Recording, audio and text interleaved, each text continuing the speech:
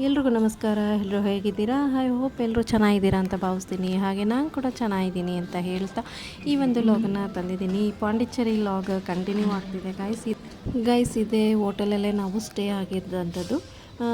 ಇದು ಹೊರಗಡೆ ವ್ಯೂ. ನಾವು ಊಟಕ್ಕೆ ಹೋಗೋಣ ಅಂತೇಳಿ ನಮ್ಮ ಮನೆಯವ್ರ ಫ್ರೆಂಡ್ಸಿಗೆ ವೆಯ್ಟ್ ಮಾಡ್ತಾಯಿದ್ವಿ. ಅವರಿನ್ನು ಫ್ರೆಶ್ ಅಪ್ ಆಗ್ತಾಯಿದ್ರು. ಸೊ ಹಾಗಾಗಿ ನಾವು ಫ್ರೆಶ್ ಅಪ್ ಆಗಿ ಹೊರಗಡೆ ನೋಡೋಣ ಹೇಗಿದೆ ಇದು ಅಂತ ಕೂತಿದ್ವಿ. ಹೊರಗಡೆ ವ್ಯೂ ಎಲ್ಲ ಹೇಗಿದೆ ಅಂತ. ಈ ಥರ ಇದೆ ನೋಡಿ ಹೋಟೆಲಲ್ಲಿ. ಹಾಗೆ ನನ್ನ ಮಗ ಸ್ವಲ್ಪ ಫನ್ನಿಯಾಗಿ ಡ್ಯಾನ್ಸ್ ಮಾಡ್ದ. ಅವನಿಗೆ ಖುಷಿ ಆಗಿಬಿಟ್ಟಿದ್ದ ಹೇಳಬೇಕಂದ್ರೆ. ಈ ಥರ ಟ್ರಾವೆಲ್ ಹೋಗೋದಂದರೆ ಅವನಿಗೆ ತುಂಬ ಇಷ್ಟ ಆಗುತ್ತೆ. ಹಾಗೆ ನಾವಿರೋವಂಥ ಹೋಟೆಲಲ್ಲೇ ಗೈಸ್ ತುಂಬ ಕಾಸ್ಟ್ಲಿ ಇತ್ತು ಊಟ. ಸೊ ಹಾಗಾಗಿ ನಾವು ಓನ್ಲಿ ಫಾರ್ ಬ್ರೇಕ್ಫಾಸ್ಟ್ ಮಾರ್ನಿಂಗ್ ಹೇಳಿದ್ದಿದ್ದು. ಅದೊಂದು ನಮಗೆ ಕಾಂಪ್ಲಿಮೆಂಟ್ರಿಯಾಗಿ ಕೊಟ್ಟಿದ್ದಿದ್ದು. 3 ಡೇಸ್ ಇದ್ವಿ ಅಂದ್ರೂ 3 ಡೇಸು ಕೂಡ ಕಾಂಪ್ಲಿಮೆಂಟ್ರಿಯಾಗಿ ಅಲ್ಲ 2 ಡೇಸ್ ಕಾಂಪ್ಲಿಮೆಂಟ್ರಿಯಾಗಿ ಬ್ರೇಕ್ಫಾಸ್ಟ್ ಇತ್ತು. ಸೊ ಬ್ರೇಕ್ಫಾಸ್ಟ್ ಅಂತೂ ಚೆನ್ನಾಗಿತ್ತು ಹೇಳಬೇಕಂದ್ರೆ. ಬಟ್ ಇದು ಊಟ ನಮಗೆ ಅದಕ್ಕೆ ಎಕ್ಸ್ಟ್ರಾ ಪೇ ಮಾಡಬೇಕಿತ್ತು. ಸೊ ನಾವು ಹಾಗಾಗಿ ಹೆವಿ ಇದೆ, ಕಾಸ್ಟ್ಲಿ ಅನ್ನಿಸ್ತು. ಅದಕ್ಕೋಸ್ಕರ ಮತ್ತೆ ಏನು ಬೇಡ ಅಂಥೇಳಿ ಹೊರಗಡೆ ನೋಡೋಣ ಚೀಪ್ ಆ್ಯಂಡ್ ಬೆಸ್ಟಾಗಿ. ಹಾಗೆ ಒಂದು ರೌಂಡ್ ಸುತ್ತಾಡ್ದಂಗೂ ಆಗುತ್ತೆ. ಸುಮ್ಮನೆ ರೂಮಲ್ಲಿ ಕೂತ್ಕೊಂಡು ಏನು ಮಾಡೋದು ಅಂತೇಳಿ ಇವಾಗ ಹೋಟೆಲ್ ಬೇರೆ ಎಲ್ಲಾದರೂ ಚೀಪ್ ಆ್ಯಂಡ್ ಬೆಸ್ಟಾಗಿರೋದು ನೋಡೋಣ ಅಂತ ಹೋದ್ವಿ.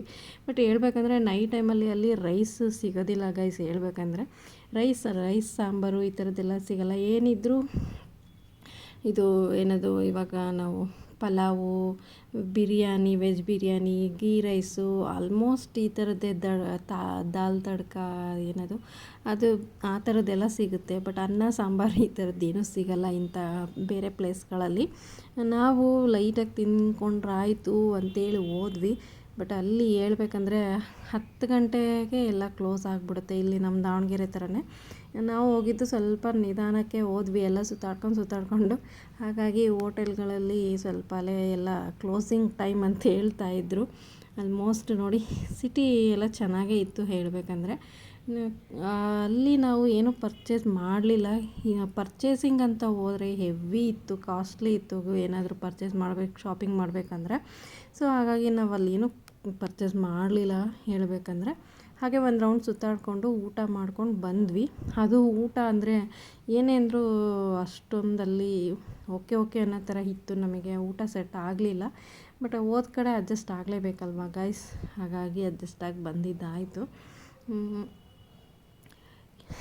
ಏನಪ್ಪ ಹೀಗೆ ಹೇಳ್ತಿದ್ದೀರಾ ಅಂತ ಅಂದ್ಕೋಬೇಡಿ. ಬಟ್ ಈಗ ಟ್ರಿಪ್ ಅಂದರೆ ಕೆಲವು ಕಡೆ ಊಟ ಸೆಟ್ ಆಗುತ್ತೆ, ಕೆಲವು ಕಡೆ ಸೆಟ್ ಆಗೋದಿಲ್ಲ. ಎಲ್ಲ ಕಡೆನೂ ಒಂದೇ ಥರ ಇರಬೇಕಂದ್ರೆ ಕಷ್ಟ ಆಗುತ್ತೆ. ಈ ಥರ ಇತ್ತು. ಇಲ್ಲಿ ಯಾವುದೋ ಒಂದು ಟೆಂಪಲ್ ಇತ್ತು ನೋಡಿ. ಹೋಗ್ತಾ ಈ ಟೆಂಪಲ್ ಕೂಡ ನೋಡಿದೆ, ಚೆನ್ನಾಗಿದೆ ಅನ್ನಿಸ್ತು. ಅದಕ್ಕೆ ವಿಡಿಯೋ ಮಾಡ್ಕೊಂಡಿದ್ದಾಯಿತು. ಹೇಳ್ಬೇಕಂದ್ರೆ ಅಲ್ಲಿ ಬರೀ ಹೆಣ್ಣು ದೇವತೆಗಳಿರೋ ಅಂಥ ದೇವಸ್ಥಾನನೇ ಜಾಸ್ತಿ ಇರೋದು ಈ ಒಂದು ಪಾಂಡಿಚೇರಿ ಪ್ಲೇಸಲ್ಲಿ. ಹೆಣ್ಣು ದೇವರುಗಳು ಜಾಸ್ತಿ ಇರೋದು. ಮತ್ತು ಆಂಜನೇಯಂದು ತುಂಬ ಇದೆ ಹೇಳಬೇಕಂದ್ರೆ. ಈಗ ಹುಡುಕ್ತಿದ್ದಾರೆ ಇವರು ಕಾಮಿಡಿ ಮಾಡಿಕೊಂಡು. ನನ್ನ ಮಗನ ಕರ್ಕೊಂಡು ಮುಂದೆ ಹೋಗ್ತಾಯಿದ್ರು. ನಾನು ಹಿಂದೆ ವೀಡಿಯೋ ಮಾಡ್ಕೊಂಡು ಹೋಗ್ತಾಯಿದ್ದೀನಿ. ಹಾಗೆ ನಮಗೆ ಸ್ವಲ್ಪ ಊಟ ಎಲ್ಲ ಸಿಗೋದು ಕಷ್ಟ ಆಯಿತು. ಹುಡ್ಕೊಂಡು ನೆಕ್ಸ್ಟ್ ರೋಡಿಗೆ ಹೋಗಿ ಅಲ್ಲಿ ಊಟ ಮಾಡಿಕೊಂಡು ಬಂದಿದ್ದಾಯಿತು. ಅಲ್ಲಿ ಊಟ ಅಂದ್ರೂ ಚಪಾತಿ ಅಂತ ಕೊಟ್ಟರು ಗಾಯಸ್. ನಿಜವಾಗ್ಲೂ ಅದು ಚಪಾತಿ ಆಗಿರಲಿಲ್ಲ. ನಮ್ಮ ಕಡೆ ದಾವಣಗೆರೆ ಸೈಡವ್ರು ಹೇಳ್ತಾರೆ, ಕೇಳಿದ್ದೀರಾ, ಕಡ್ಕಲ್ ರೊಟ್ಟಿ ಅಂತ. ಆ ಥರ ಇತ್ತು ಚಪಾತಿ. ಯಪ್ಪ, ಹೋಟೆಲ್ ನೋಡಿದರೆ ಆ ಥರ ಇದೆ. ಅಂದರೆ ಚೆನ್ನಾಗಿದೆ ಹೋಟೆಲು. ಬಟ್ ಚಪಾತಿ ನೋಡಿದರೆ ಈ ರೇಂಜ ಅಂದ್ಕೊಂಬಿಟ್ವಿ ನಾವು. ಒಂದು ಗ್ರೇವಿ, ಒಂದು ಚಪಾತಿ, ಒಂದೊಂದು ಚಪಾತಿ ರೈಸ್ ಏನಾದ್ರು ತೊಗೊಳೋಣ ಅಂತ ಹೋದರೆ ಚಪಾತಿ ಅನ್ನೋ ಥರನೇ ಇರಲಿಲ್ಲ. ಅರ್ಧ ತಿಂದು ಅರ್ಧ ಬಿಟ್ಟು ಬಂದಿದ್ದಾಯಿತು. ಇದೇ ನಾವು ಹೋಟೆಲ್ ಹೋಗಿದ್ದು ಊಟಕ್ಕೆ ಅಂತ. ಬಟ್ ಹೋಟೆಲ್ ನೋಡಿದರೆ ಈ ಥರ ಇದೆ ಗೈಸ್. ಊಟ ನೋಡಿದರೆ ಆ ಥರ ಇತ್ತು. ಬಟ್ ಏನು ಮಾಡೋದು, ಹೋದ ಕಡೆ ಅಡ್ಜಸ್ಟ್ ಆಗಲೇಬೇಕು. ಅಡ್ಜಸ್ಟ್ ಆಗಲಿಲ್ಲ ಅಂದರೆ ನಡೆಯೋಂಗಿಲ್ಲ ಅಂತಾರಲ್ಲ ಹಾಗೆ. ಊಟ ಚಪಾತಿ ಅಂತೂ ನಿಜವಾಗ್ಲೂ ರೋಟಿ ಬೇಡ ಅಂಥೇಳಿ ಚಪಾತಿ ತೊಗೊಂಡ್ರೆ ಚಪಾತಿ ನಿಜವಾಗ್ಲೂ ಅದು ಜಗ್ಗಿಯೋಕ್ಕೆ ಆಗ್ತಿರ್ಲಿಲ್ಲ. ಆ ರೀತಿ ಇತ್ತು ಅದು ಹೇಳ್ಬೇಕಂದ್ರೆ. ನಿಜವಾಗ್ಲೂ ಆ ಥರ ಚಪಾತಿ ಮನೇಲಿ ಮಾಡಿದರೆ ತಿನ್ನೋದಕ್ಕೆ ಯೋಚನೆ ಮಾಡ್ತೀವಿ. ಹೊರಗಡೆ ಹೋದಾಗ ಅಡ್ಜಸ್ಟ್ ಆಗಲೇಬೇಕು. ಹಾಗಾಗಿ ತಿಂದು ಬಂದ್ವಿ. ನೋಡೋಕ್ಕೆ ಈ ಥರ 5 ಸ್ಟಾರ್ ರೇಂಜಿಗೆ ಹೋಟೆಲ್ ಇದೆ. ಬಟ್ ಆದರೆ ಊಟ ಏನು ಹಾಗೇ ಇತ್ತು. ಅದಕ್ಕೆ ಹೇಳೋದು ಗೈಸ್, ನಿಜ ಹೇಳ್ಬೇಕಂದ್ರೆ ನಾವು ತುಮಕೂರಲ್ಲಿ ಇದು ಏನದು ಟೊಮೊಟೊ ಬಾತು ಮತ್ತು ದೋಸೆ ತಿಂದ್ವಲ್ಲ, ಅಲ್ಟಿಮೇಟ್ ಅಂತ ಹೇಳ್ಬೋದು. ಬಟ್ ಇಲ್ಲಿ ಇಂಥ ದೊಡ್ಡ ಹೋಟೆಲ್ ಇದ್ರೂ ಚೆನ್ನಾಗಿರಲಿಲ್ಲ, ಏನು ಮಾಡೋಕ್ಕಾಗಲ್ಲ. ಇವಾಗ ಊಟ ಮಾಡ್ಕೊಂಡು ವಾಪಸ್ ರೂಮಿಗೆ ಹೋಗ್ತಾ ಇದ್ದೀವಿ. ಇನ್ನು ನೆಕ್ಸ್ಟ್ ಡೇ ಈ ರೀತಿ ರೆಡಿಯಾಗಿ ಹೊರಗಡೆ ಹೊರಟಿದ್ದೀವಿ.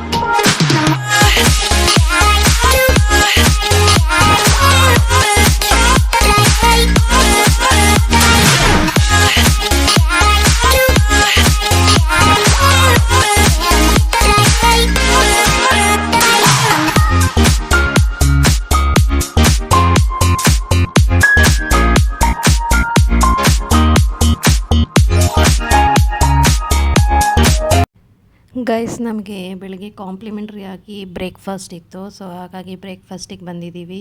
ಎಲ್ಲ ವೆರೈಟೀಸ್ ಇತ್ತು, ಯಾವ್ದು ತಿನ್ನೋದು ಯಾವ್ದು ಬಿಡೋದು ಅನ್ನಿಸ್ತಾ ಇತ್ತು. ಬ್ರೇಕ್ಫಾಸ್ಟ್ ಮಾತ್ರ ಅಲ್ಟಿಮೇಟ್ ಆಗಿತ್ತು ಅಂತಲೇ ಹೇಳ್ಬೋದು, ತುಂಬ ಚೆನ್ನಾಗಿತ್ತು.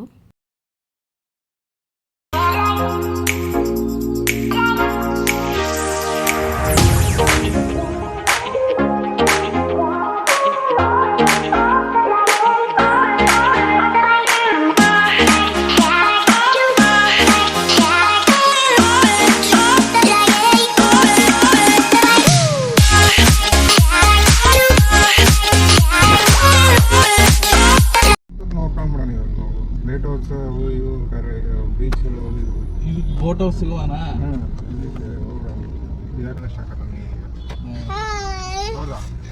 ಯಾಕಂದ್ರೆ 9 to 5 ಸಂಜೆ 4 ಗಂಟೆ ಮಾಡಿ ಇರ್ತೈತಿ. ನಾವು ಮಧ್ಯಾಹ್ನ ರಾಕ್ ಬೀಚ್ಗೆ ಹೊಡೆದ್ಬಿಡತ್ಲ ಫಸ್ಟ್. ಚಿನ್ನ ಏನ ಅಯ್ಯ ಬೋಟ್ ಹೌಸ್ ತಡಿಯ ರಾಕ್ ಬೀಚ್ಗೆ ಹೊಡಿದೆ ಜಿಶ್.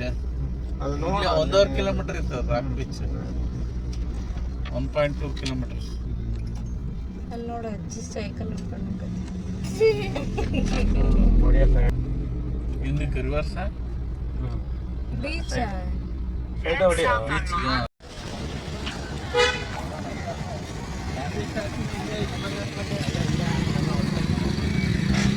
ಎರಡು ಪ್ಲೇಸ್ ಇಲ್ಲೇ ಕವರ್ ಆಗೋದು, ರಾಕ್ ಬೀಚ್ ಇದು. NCC ಥರ ಕಾಣ್ತಾರಲ್ಲ, ಹೋಮ್ ಗಾರ್ಡ್ ಥರ ಕಾಣ್ತಾರೆ.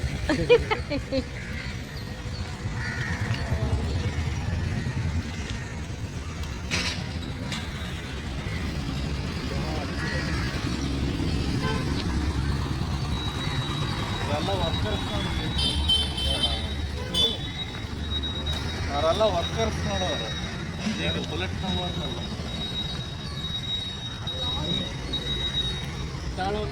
ಹಿಡ್ಕೊಳ್ಳೋ, ಪಾಕೆಟಲ್ಲಿ ಇಟ್ಕೋ.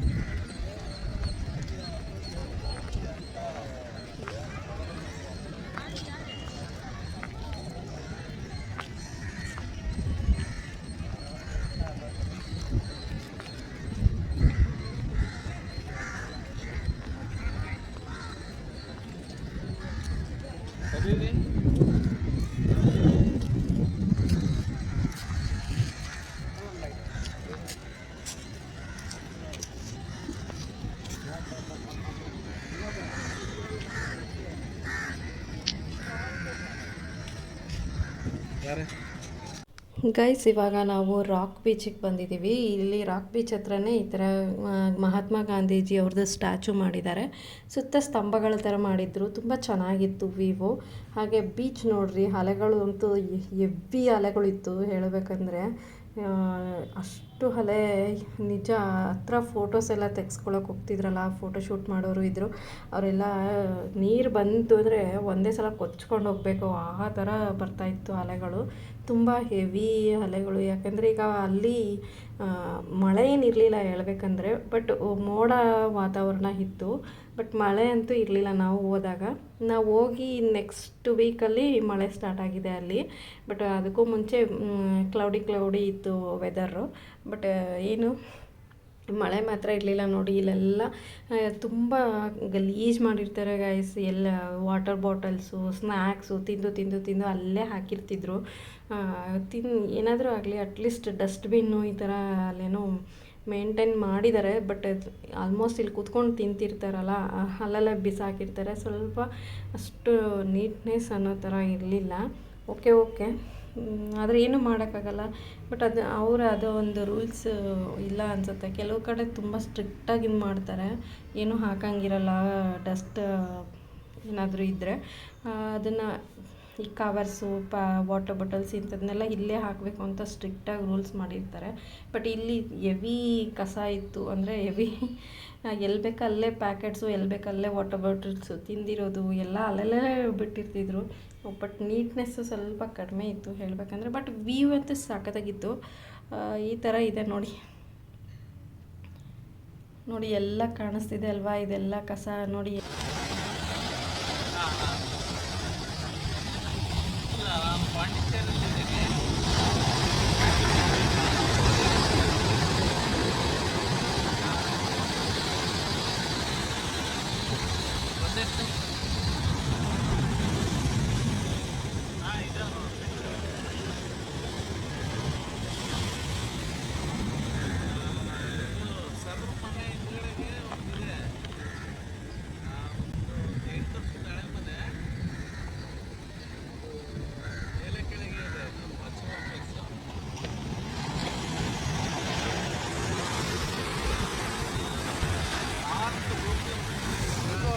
ಬಾಮ ಇಲ್ಲಿ ಬಾ, ಚೆನ್ನಾಗಿ ಇಲ್ಲಿ ಬಾ, ಇಲ್ಲಿಗೆ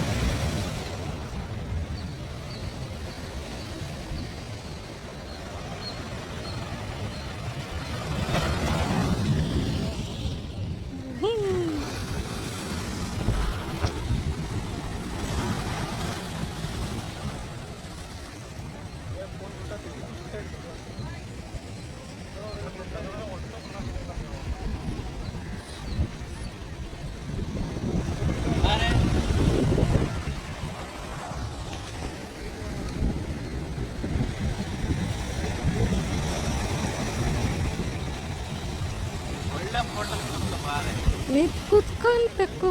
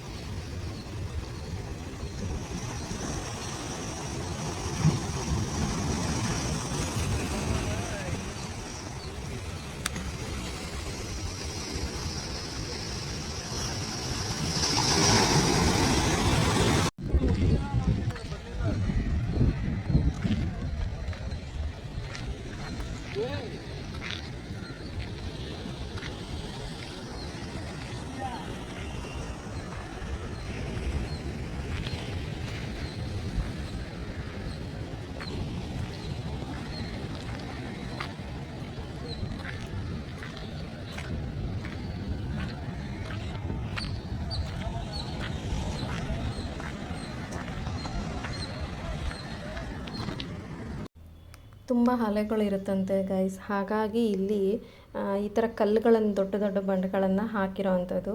ಯಾಕೆಂದರೆ ಈ ಕಡೆ ಸಿಟಿ ಇದೆ ಅಲ್ವಾ, ಸೊ ಒಂದೇ ಸಲ ನೀರು ನುಗ್ಗುತ್ತೆ ಅನ್ನೋ ಪರ್ಪಸ್ಸಿಗೆ ಈ ಥರ ಕಲ್ಲು ಬಂಡೆಗಳನ್ನು ಆಲ್ಮೋಸ್ಟ್ ಬೀಚ್ ಸೈಡ್ ಎಲ್ಲೆಲ್ಲಿದೆನೋ ಅಲ್ಲೆಲ್ಲ ಈ ಥರ ಬಂಡೆಗಳನ್ನು ಹಾಕಿದ್ದಾರೆ. ಆ ಪಾಂಡಿಚೇರಿ ಒಂದು ಕೋಸ್ಟಲ್ ಏರಿಯಾಸ್ಗಳಲ್ಲೆಲ್ಲ ತುಂಬ ಚೆನ್ನಾಗಿತ್ತು ಹೇಳಬೇಕಂದ್ರೆ. ಈ ನಮ್ಮ ಮಂಗಳೂರು ಬೆಟರ್ ಹಂಗೆ ನೋಡಿದ್ರೆ, ಇಲ್ಲಿಗಿಂತ ನಮಗೇನೋ ಮಂಗಳೂರೇ ಬೆಸ್ಟ್ ಅಂತ ಅನ್ನಿಸ್ತು.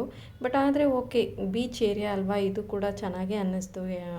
ಓಕೆ, ಅಲ್ಲಿಗೆ ನಮ್ಮ ಮಂಗಳೂರಿಗೆ ಕಂಪೇರ್ ಮಾಡಿದರೆ ಇದು ಓಕೆ ಅನಿಸುತ್ತೆ. ಯಾಕೆಂದರೆ ಮಂಗಳೂರು ಏನೋ ಒಂಥರ ಸ್ಪೆಷಲ್ ಅಲ್ವಾ. ಮಂಗಳೂರು ಸೈಡ್ ಹೋಗೋದಂದ್ರೇ ಒಂಥರ ಏನೋ ಚೇಂಜ್ ಅನಿಸುತ್ತೆ. ಇದು ಹೋಗಿದ್ವಿ, ಇಲ್ಲಿ ನನ್ನ ಮಗನಿಗೆ ಫೋಟೋಶೂಟ್ ಥರ ಸ್ಲೋ ಮೋಷನಲ್ಲಿ ವೀಡಿಯೋಸ್ ಮಾಡ್ಕೊಂಡ್ವಿ. ಅವ್ನು ಬಾ ಅಂದರೆ ಬರ್ತಿರ್ಲಿಲ್ಲ, ಕೆಳಗಡೆ ಇಳಿಯೋ ಅಂದರೆ ಇಳಿತಾ ಇರಲಿಲ್ಲ ಅವನು. ಸೊ ಬಟ್ಟೆ ಎಲ್ಲ ನೆನೆಯುತ್ತೆ, ಬೇಡ ನಾನು ಬರಲ್ಲ ಅಂತೇಳಿ. ಹಾಗಾಗಿ ಅವನ್ನ ದೂರ ನಿಂತ್ಕೊಂಡು ಅಲ್ಲೇ ನಿಂತಿರ್ತಿದ್ದ, ಹೋಗಿ ಕರ್ಕೊಂಬಂದ್ವಿ. ಹಾಗೆ ಬಂದ ಇವಾಗ ನೋಡಿ, ಫೋರ್ಸಬಲಿ ಅವನನ್ನು ಇಳಿಸ್ತಿದ್ದಾರೆ. ಅವನು ಇಳಿಯೋಕ್ಕೆ ರೆಡಿ ಇರಲಿಲ್ಲ, ಹಾಗಾಗಿ ಫೋಟೋ ತೆಗಿಬೇಕು ಅಂತ ನಮ್ಮ ಮನೆಯವ್ರದ ಒಂದು. ಸೊ ಹಾಗಾಗಿ ಹಿಡ್ಕೊಂಡು ಬಂದಿದ್ದಾಯಿತು. ಇವಾಗ ಫೋಟೋಸ್ ತೆಗಿಸ್ತಾ ಇದ್ದೀವಿ. ಹಾಗೆ ನಿಮ್ಮೆಲ್ರಿಗೂ ನನ್ನ ವಿಡಿಯೋ ವ್ಲಾಗ್ ಇಷ್ಟ ಆಗಿದ್ದರೆ ಪ್ಲೀಸ್ ನನಗೆ ಸಬ್ಸ್ಕ್ರೈಬ್ ಆಗಿ, ಲೈಕ್ ಮಾಡಿ, ಶೇರ್ ಮಾಡಿ, ಕಾಮೆಂಟ್ ಮಾಡಿ ಅಂತ ಕೇಳ್ಕೊತೀನಿ. ಓಕೆನಾ? ನೋಡಿ, ಈ ಥರ ಅಲೆಗಳು ಬರಬೇಕಾದ್ರೇ ತೆಗಿಬೇಕು ಅಂತ ಇವ್ರಿಗಿದ್ದಿದ್ದು. ಅವನು ಭಯ ಪಡ್ತಿದ್ದ, ಎಲ್ಲಿ ಕೊಚ್ಕೊಂಡು ಹೋಗ್ಬಿಡ್ತೀವೇನೋ. ಕೆಲವೊಂದು ಇನ್ಸ್ಟಾಗ್ರಾಮಲ್ಲಿ ನೋಡಿಬಿಟ್ಟಿದ್ದ ಅವನು. ಅಲೆಗಳು ಫೋರ್ಸಬಲಿ ಬಂದಾಗ ಕೆಲವರೆಲ್ಲ ಕೊಚ್ಕೊಂಡು ಹೋಗಿರ್ತಾರಲ್ಲ, ಅದನ್ನು ನೋಡಿ ಇವನು ಭಯ ಪಡ್ತಾಯಿದ್ದ, ನಾನು ಬರಲ್ಲ ಅಂತೇಳಿ. ಹಾಗಾಗಿ ಅವನು ಭಯ ಪಡ್ಕೊಂಡು ನಿಂತಿದ್ದಾನೆ ಫೋಟೋಶೂಟಿಗೆ. ನೋಡಿ, ಇಲ್ಲೇ ಈ ಥರ ಇಷ್ಟು ಜನ ಇದ್ದರು. ಆದರೂ ಓಕೆ, ಆಲ್ಮೋಸ್ಟ್ ಬ್ಯಾಂಗ್ಳೂರು ಸೈಡವರೆಲ್ಲ ಇಲ್ಲೇ ಜಾಸ್ತಿ ಬರೋದು. ಅಲ್ಲಿ ಕೆಲವರು ನಾವು ಬೇರೆ ಕಡೆ ಎಲ್ಲ ಹೋದಾಗೆಲ್ಲ ಬ್ಯಾಂಗ್ಳೂರವರೇ ತುಂಬ ಜನ ಸಿಕ್ಕಿದ್ದಿದ್ದು, ಹಾಗಾಗಿ ಹೇಳಿದೆ ಅಷ್ಟೇ. ನಮ್ಮ ದಾವಣಗೆರೆ ಸೈಡವ್ರು ಕಮ್ಮಿ ಈ ಕಡೆ ಬರುವಂಥದ್ದು. ಬೆಂಗಳೂರಲ್ಲೂ ನಿಯರ್ ಆಗುತ್ತಲ್ಲ, ಸೊ ಹಾಗಾಗಿ ಅವ್ರು ಬರ್ತಾರಂತೆ ಜಾಸ್ತಿ. ಅಲ್ಲಿರೋರು ಅಂದರೆ ರೂರಲ್ ಅಲ್ಲಿರುವಂಥ ಪ್ಲೇಸವರು ಹೇಳ್ತಿದ್ದಿಲ್ಲ. ಇಲ್ಲಿಯವ್ರು ಬೆಂಗಳೂರಲ್ಲಿ ತುಂಬ ಜನ ಬಂದು ಅಲ್ಲಿ ಬಿಸ್ನೆಸ್ ಕೂಡ ತುಂಬ ಮಾಡ್ತಿದ್ದಾರಂತೆ. ಸೊ ಹಾಗಾಗಿ ನನಗೆ ಗೊತ್ತಾಗಿದ್ದು ಅಷ್ಟೇ. ಇವಾಗ ನೆಕ್ಸ್ಟ್ ಪ್ಲೇಸಿಗೆ ಹೋಗ್ತಾ ಇದ್ದೀವಿ. See you next vlog. ಓಕೆನಾ? ಅಲ್ಲಿವರೆಗೂ ವೆಯ್ಟ್ ಮಾಡ್ತಾಯಿರಿ, ಹೀಗೆ ನೋಡ್ತಾಯಿರಿ, ಸಪೋರ್ಟ್ ಮಾಡ್ತಾಯಿರಿ ಅಂತ ಕೇಳ್ಕೊಳ್ತಾ ಈ ಒಂದು ಲಾಗನ್ನು ಹೆಂಗೆ ಮಾಡ್ತಾಯಿದ್ದೀನಿ. ಪ್ಲೀಸ್ ಗೈಸ್, ನಿಮ್ಮೆಲ್ರಿಗೂ ಇಷ್ಟ ಆಗಿದ್ರೆ ದಯವಿಟ್ಟು ನನ್ನ ಚಾನಲ್ನ ಸಬ್ಸ್ಕ್ರೈಬ್ ಆಗಬೇಕು, ಲೈಕ್ ಮಾಡಬೇಕು, ಶೇರ್ ಮಾಡಬೇಕು, ಕಮೆಂಟ್ ಮಾಡಬೇಕು. ಓಕೆನಾ? ಹಾಗೆ ಈ ಲಾಗ್ ನಿಮಗೆ ಈ ಬೀಚ್